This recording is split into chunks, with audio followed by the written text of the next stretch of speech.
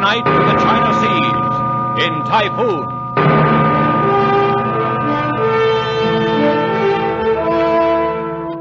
The Columbia Broadcasting System and its affiliated stations presents Escape, a new series of programs of which this, the fourth, is Typhoon by Joseph Conrad, produced and directed by William N. Robeson.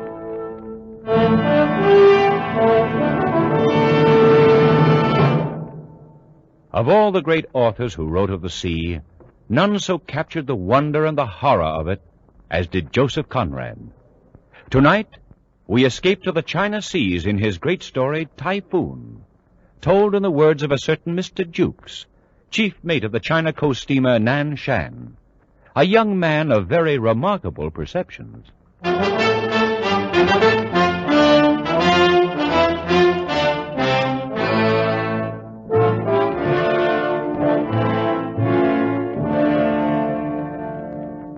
I've been sailing the China Sea long enough to see some strange and terrible things, but nothing as bad as that was.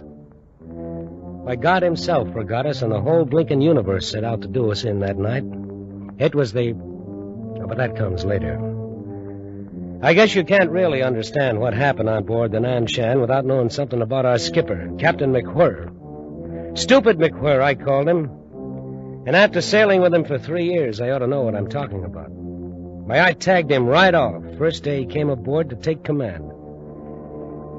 In Liverpool it was. And Mr. Siggs, who was one of the owners, was showing him around the deck. There's no more modern ship afloat.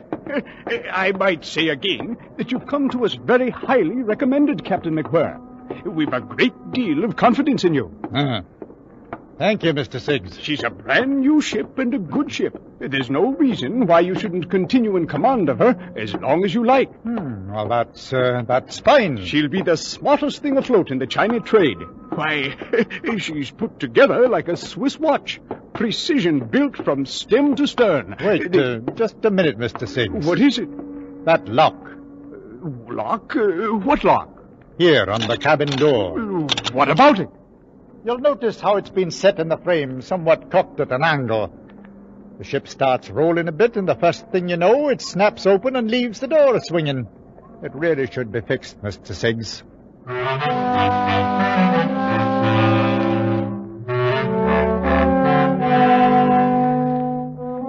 That's Captain McWhirr, the best berth he'd ever had. New command, a brand new ship. But instead of pinching himself to see if he's awake, he complains about a lock on the cabin door. See what I mean? Captain McWhirr, I see what you mean. I'll have it attended to right away. I think you'll do all right. Thank you, Mr. Siggs.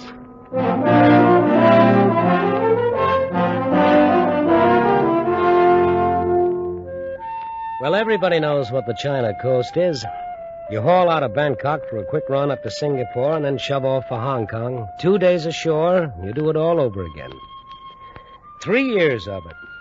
3 years of heat, smells, weather, copra, silk, and tea. Along in there somewhere, the owners decided to transfer the ship's registry to the Siamese flag. Don't ask me why. They just did, that's all. Anyway, I can tell you I didn't like it. When you grow up under the Union Jack, you figure to go on sailing under it. Not that the skipper, of course, could understand that kind of a feeling. Oh, no. Not old stupid McWhirr. Aye? What is that, Mr. Jukes?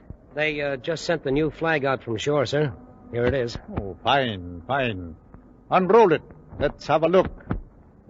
Ah, yes. In my opinion, sir, it's a queer kind of flag for a man to sail under. Oh? And what's the matter with it? Well, it just looks queer to me, that's all. Well, now, let's see. A white elephant on a red field. Oh, just a minute. I'll look it up in the book.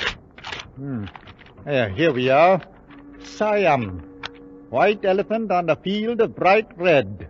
Length exactly twice the breadth. So. Well, there's nothing wrong with this flag, Mr. Jukes. Oh, isn't there? Not a thing. I hardly thought there could be. After all, these people ought to know how to make their own flag. It stands to reason. Does it now? You must have it confused with some other flag, Mr. Jukes. Well, all I can say is... Of course, you'll have to take care the seamen don't hoist the elephant upside down That is, before they're quite used to it. I presume it might be taken for a signal of distress. And in that case, the way I see it, that elephant stands for something like the nature of a Union Jack in the British flag. Oh, you think so? Well, it's like a bloomin' Noah's Ark, that's what it is. Mr. Jukes, I'm sorry, sir. I can't see where the color of a flag could anywise affect the navigation of a ship. All right, sir, I'll instruct the hands. It'd certainly be a most distressful sight to see that elephant hoisted upside down.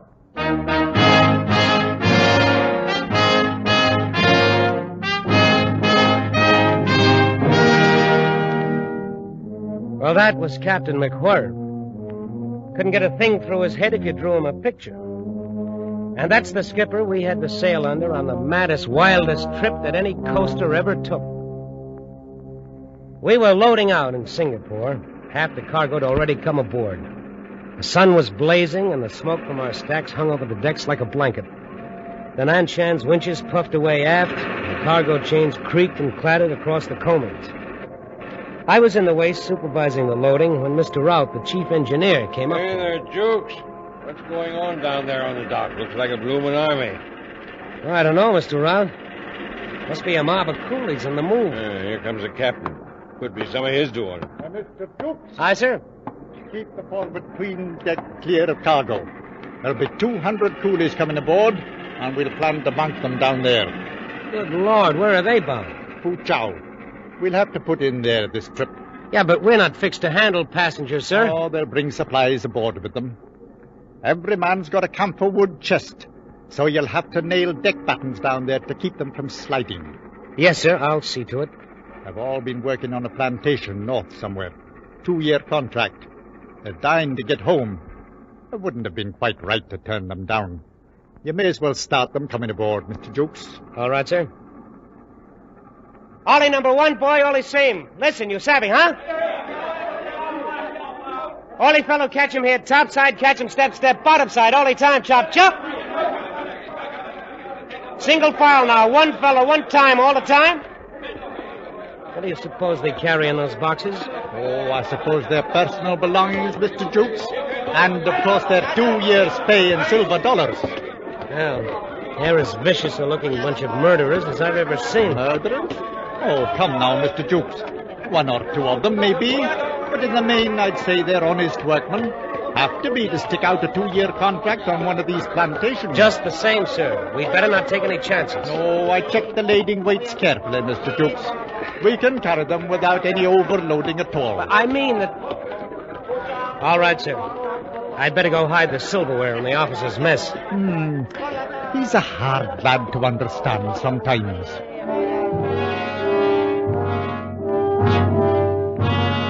I could say I had a premonition right then, and I wouldn't be lying. Anyway, that's how it started. At the hottest time of the year, 200 half-civilized coolies aboard, a captain with no more imagination than you could stick in your ear, we steamed out from Singapore and laid a course for the port of Fu Chao.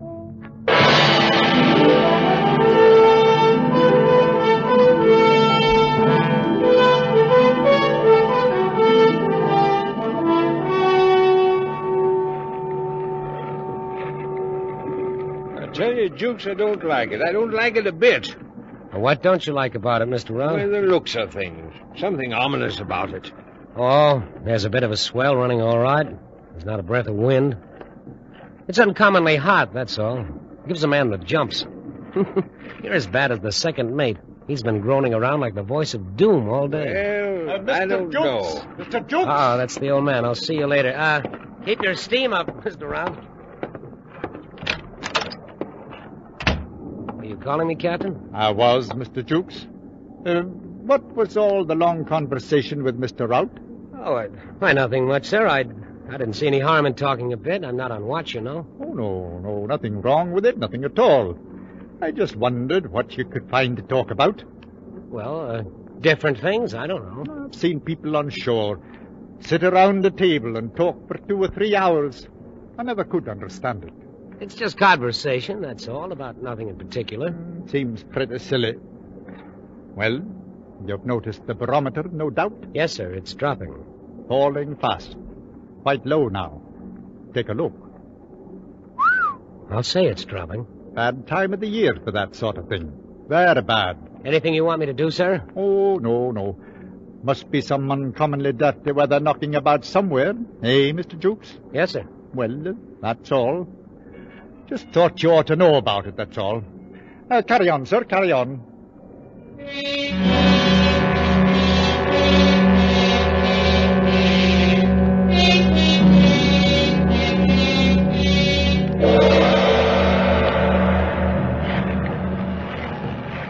Whoa, there's a heavy one, all right, mate.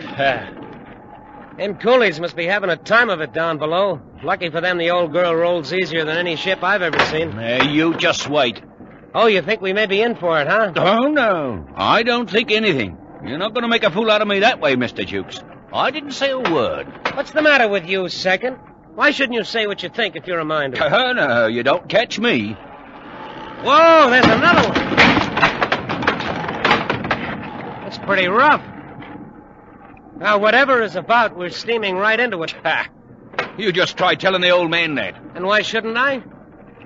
Matter of fact, I think I'll ask him about this cross swell. It's getting worse all the time. I've known skippers to break some right good men for saying a whole lot less. Captain McWhirr. Yes, Mr. Jukes. What is it? The swell is getting a good deal worse, sir. Yes, I noticed that in here. Anything wrong? Well, I was thinking about the passengers. Huh? What passengers? Why, the coolies, sir. Then if you mean coolies, say coolies, Mr. Jukes. A man ought to say what he means. What about the coolies? She's rolling her decks full of water, sir. I thought you might want to put her head at the swell for a bit, until this goes down, of course. So that's it, eh? Put her head at the swell, 4 points off the coast. Well, it's just for a while, sir. A swell as high as this can't last long. That stands to reason. Mr. Jukes, take a look at the barometer. Good Lord. Yes, exactly. It's a dead calm outside, isn't it? There's not a breath of air stirring, sir. Only that cross swell. I've been reading in the book here about storms. Funny thing. If a man believed everything written down here, he'd spend half his life running to get behind the weather. If I was to go by what this fellow says, I'd alter my course and come booming into Foochow from the north. 4 days late, 300 extra miles in distance, and a pretty bill for coal on top of it. I tell you, Mr. Jukes, if I knew every word in here was gospel true, I couldn't bring myself to do that. No, sir, I guess not. And how's a man to know if the book is right? If you dodge around a spot of dirty weather, how do you ever find out it was there in the first place? Answer me that. No, Mr. Jukes, there's things that a man can't get from books. I've thought it all out this afternoon. We'll hold her steady as she goes. Whatever you say, sir. You're the captain. I guess I'd better write up the log. I'm going on watch. Good. I dare say we're heading into something a bit out of the ordinary. Call me at once if anything shows up in the night, Mr. Jukes. All right, sir. I'll see to it. And, Mr. Jukes. Yes, sir. If you're going into the chart room, please close that blinking door. I can't stand here at door banging. Yes, sir. 8 p.m. Swell increasing. Ship laboring heavily and taking water on all decks. Still a dead calm and very hot. Batten down the coolies for the night. The barometer is still falling. All appearances indicate an approaching typhoon.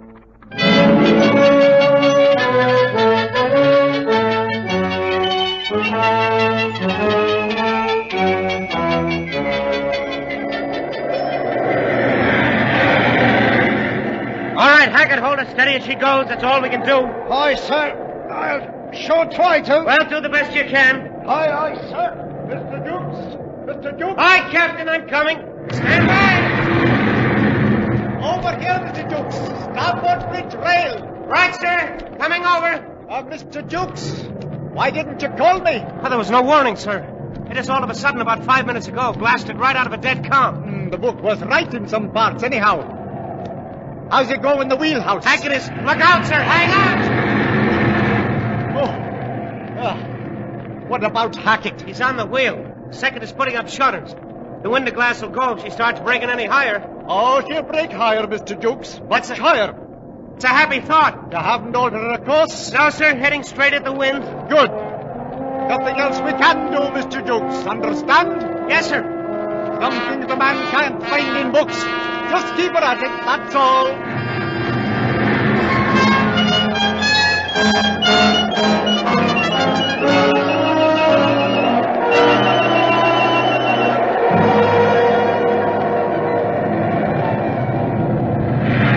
Captain, our boats are starting to break away. That's all right. But the boats, the two of them are gone now. It can't be helped, Mr. Jukes.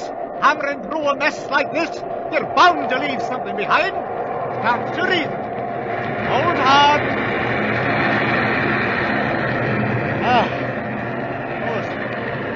She's still rising, all right. That one broke over the wheelhouse. We're done for sure. What's that, Mr. Jukes? You say something? I said, is there any chance at all, sir? Can she live through it? She may. We can hope so long, at least. She's a good ship. It's all a man can ask. What's that? Somebody yelling? Below us on the foredeck, sir. Up here, starboard bridge. Man shouldn't be on that deck unless he has to. It's a bit dangerous. You there, sir? Over here. What's the trouble, bosun? Them Chinese, sir. Wait, hang on. The Chinese. What about them? They've all fetched away, sir. One big lump. It's horrible. Yeah, now what do you mean, fetched away? Rolling around in a hold in one big lump. Screaming like bloomin' maniacs, sir. All adrift. Mr. Jukes? Yes, sir. I can't make head nor tail of this. I guess you'd better go below and see to it. Put things in order. Well, what shall I do, sir? I can't tell you up here. Find out what's wrong. Straighten it out, that's all. That's all. Take the bosun with you. I'm going to try for the wheelhouse. All right, sir. Come on, bosun. Aye, sir. Just straighten it out, that's all. Well, how's the wheel stand, Hackett? As steady as she goes, sir. You realize, of course, we've hit a typhoon. Aye, sir. Sorry I can't give you relief. Can you manage a while longer? I'll hold her to the course, sir, as long as there's a ship beneath her. Yeah, that won't be long. Oh, anything wrong, second? Wrong. We're all as good as dead men, that's what's wrong. Oh, no, I wouldn't say that. She's still afloat. Ah. And we've got it lucky here on deck. Plenty of chance to see what's coming before it hits us. A man always feels better when he can see what's coming. But it's a different story down below there. Not having knowledge of what's going on. Not knowing if we're afloat or sinking. Now there's the lads that's got it tough. The ones down there in the engine room.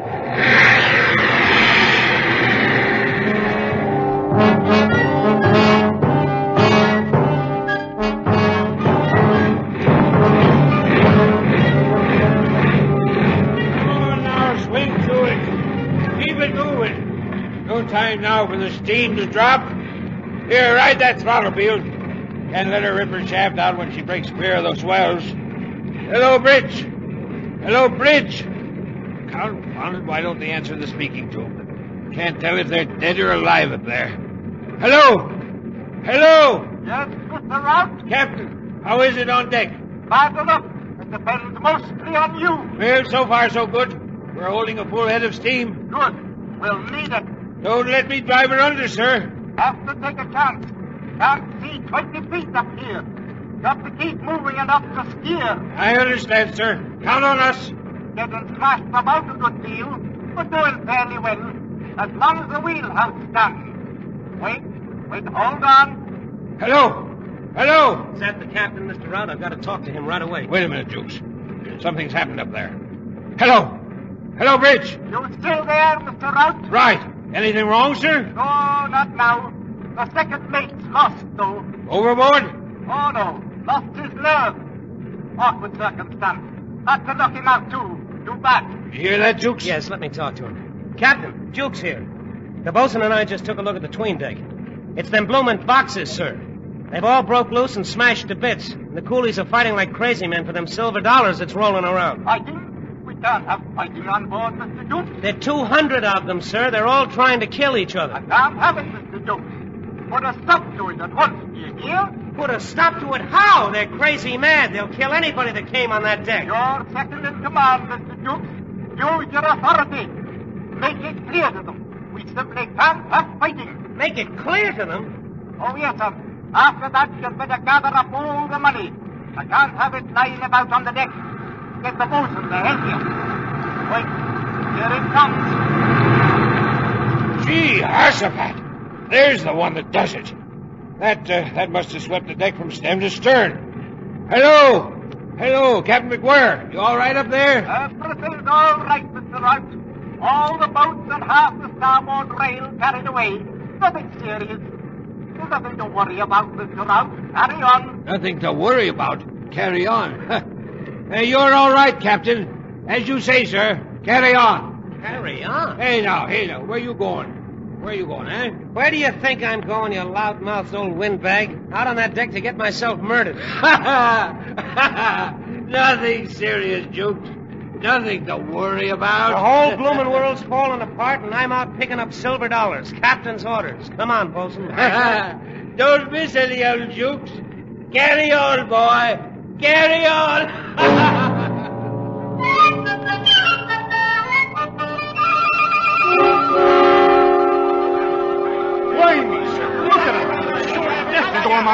No help for it. Our gallant skipper says to stop the fighting. Use our authority. All right, then, quiet down. Come on, Bosun. Aye, sir. Stow it there, you fools. Cut it out now, do you hear me? Authority, huh? You're clean out of their heads. We gotta drive them to the bulkhead. Back up now. Hey, none of that. Stay to it, Bosun. We gotta show them what for. Nothing else to do. Back up there. Captain's orders, you know. Follow me, Bosun. I did it, sir. Don't. I was just thinking, sir.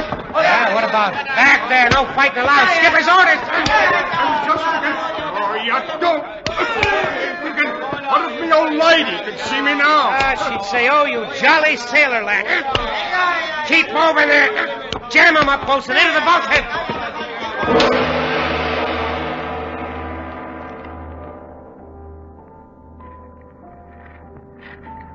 Captain. Where are you, Captain? Over here, Mr. Jukes. You got everything cleared up down below? Oh, yes. We took care of everything, sir. I thought you would. The wind fell all at once, stopped cold. It's been like this for 10 minutes now. If you think it was an easy job to bring that mob under control. The coolies? Oh, I dare say it wasn't. Had to do what's fair by them, though. Mr. Jukes, that barometer in there stands at the lowest point I've ever seen a glass in my life. You mean there'll be more of it? The worst yet, according to the book. It'll break sudden now. Any minute. A puff or two of wind, and then it hits. She's taken a horrible beating, sir. She has indeed. And she's in for a worse one. We haven't much chance, have we, sir? She may come through it. She's a good ship. There's the first puff. It'll hit us hard when it comes. You left them pretty safe, did you? The coolies? We strung lifelines, gives them something to hold on to. Good. I'd like to give them all the chance we can, whatever happens. Oh, they'll be all right, sir. I broke out rifles. Paraded the crew, put them to guarding all the companionways leading off the 'tween deck. You armed the crew, Mr. Jukes? Oh, sure. We won't have any trouble with them now, sir. Mr. Jukes, please have those rifles returned to the magazines at once. What? There'll be work for every man aboard in a few minutes. I can't spare seamen to stand around and hold rifles when it isn't necessary. Isn't necessary? Don't you realize those savages will think we stole their money? But they'll tear us to bits if they ever get out of that deck. Oh, I think they'll understand we're dealing fair by them. Collect the rifles, Mr. Jukes. Captain, it's suicide. The best thing we can do is turn the whole mess over to the authorities in Foochow. If we ever get there. Well, I don't know.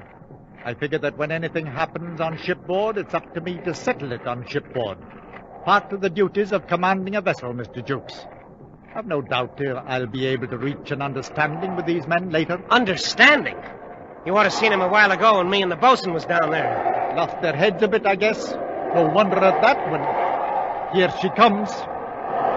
Pick up those rifles, Mr. Jukes, and something else. Yes, Captain. If anything happens to me, you'll be in charge.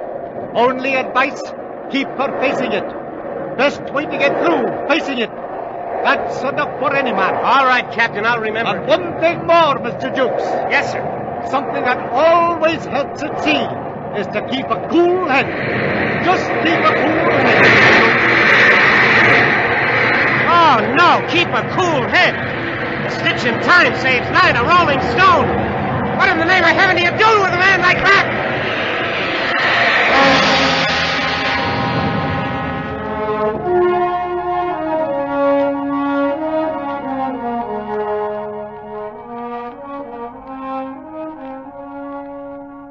was a clear blue sky and bright sunshine the morning we steamed into Foochow Harbor. Mr. Rout was leaning on a hatch combing, smoking a pipe, and the bosun lounged on the foredeck, waiting to pick up a line from the wharf. And the captain? Well, he was engaged in a most unusual occupation. Keep moving. He was sitting at a table on the foredeck, handing out silver dollars to them blinking coolies. All divided up even, the same amount to each one. Craziest thing you ever heard of in your life. You see, the way the captain figured it, since those blighters had all worked for 2 years at the same rate of pay, then their savings ought to all be about equal. As you can see, of course, that wasn't necessarily true by any means, wasn't even legal. But you couldn't tell him anything. Well, that's that. Mr. Jukes. Yes, sir. Coming, Captain. Well, Mr. Jukes, I've disposed of our little collection of silver dollars. Ah, that's great. Only wait till those boys get ashore and file claims against us. Oh, no, they won't do that. As a matter of fact, they were quite pleased at having it arranged that way. Figured it might avoid a lot of arguments later. They sent a spokesman to thank me. Well, I'll be... Mr. Jukes, you may as well give all the hands 6 hours leave before we start working the cargo. Whatever you say, Captain. Oh, yes, and before the carpenter leaves, I wish you'd have him fix the lock on that port cabin door. What? That seems to have got broken somehow. During the storm, I suppose. I can't stand to hear a door banging, Mr. Jukes. Aye, sir. I don't suppose it matters that the ship is battered from stem to stern, half her topside carried away, and smashed till she looks like a bloomin' Tinson freighter. Mr. Jukes, I don't understand you. You don't understand me, sir? Do you understand that we've come through the worst typhoon on the China Seas in 20 years? We're the only ship that got through? It's true. I suppose we were a bit lucky. Lucky, sir? With 200 murdering cutthroats running loose aboard and the very heavens doing their worst? We had a job to do, and we did it. That's all, Mr. Jukes. That's the important thing. Yes, sir. That's all. That's all, he says. A job to do. A bit lucky. What can you do with a man as thick as that? But then, as I started to turn away, Captain McWhirr said something else that surprised me. With emotion wrung from the very bottom of his soul, he uttered words I never thought I'd hear coming from so stupid a man. But I'm glad we brought her through, Mr. Jukes. Truly I am. She's a good ship, Mr. Jukes. A good ship. I should have hated to lose her. I should have hated to lose her.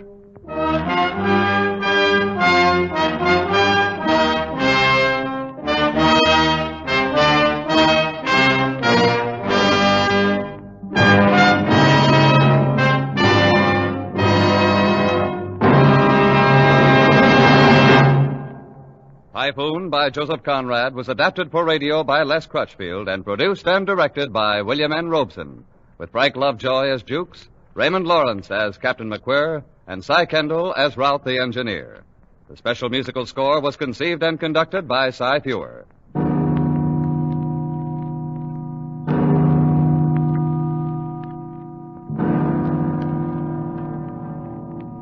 Escape is presented by the Columbia Broadcasting System and its affiliated stations each week at this time. Next week, we invite you to escape to Paris of 500 years ago in Robert Louis Stevenson's story of a fascinating